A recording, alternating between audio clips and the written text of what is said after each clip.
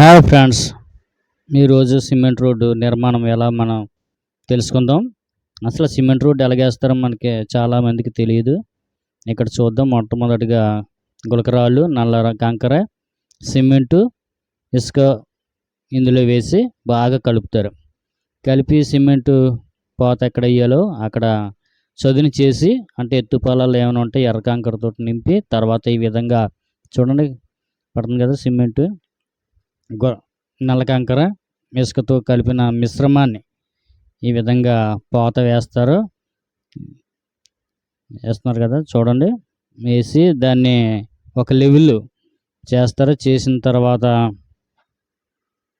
చక్కగా మళ్ళీ vibration machine ద్వారా దాన్ని లెవెల్ చేస్తారు. వైబ్రేషన్ మిషన్ ఇది చూడండి, ఇక్కడ వైబ్రేట్ పెడుతున్నారు. ఎందుకంటే ఇసుక దానికి మధ్యన గ్యాప్ వస్తుంది. ఎయిర్ అంటే ఏంటి, గాలి ఉంటుంది. గాలి పోవడానికి దీన్ని ఏం చేస్తారంటే వైబ్రేట్ పెడతారు. వైబ్రేట్ పెట్టడం ద్వారా ఆ వ్యాకోచనం సంకోచం చెందుతూ ఉంటుంది.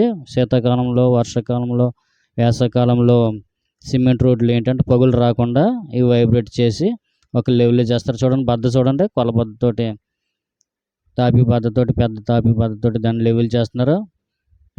ఎక్సెస్ అయిపోయిన ఆ సిమెంట్ని వెనక్కి తోసి ఆ ఖాళీ ప్రదేశాల్లో, అంటే పల్లంగా ఉన్న ప్రదేశాల్లో సర్దుతున్నారు. ఈ విధంగా సర్దిన తర్వాత దీన్ని ఒక లెవెల్ చూడండి తాపి ద్వారా దాన్ని సరి చేస్తున్నారు. అంతే, సిమెంట్ రోడ్డు అయిపోయింది. దీని మీద గడ్డి చల్లి కొన్ని రోజులు ఉంచుతారు. ప్రతిరోజు వాటర్ తోటి దాన్ని నానుపుతారు. అలా కొన్ని రోజులు అయిపోయిన తర్వాత గడ్డి తీసిన తర్వాత సిమెంట్ రోడ్డు తయారైపోతుంది. తర్వాత వాహనాలు దీని ద్వారా ప్రయాణం చేయొచ్చు.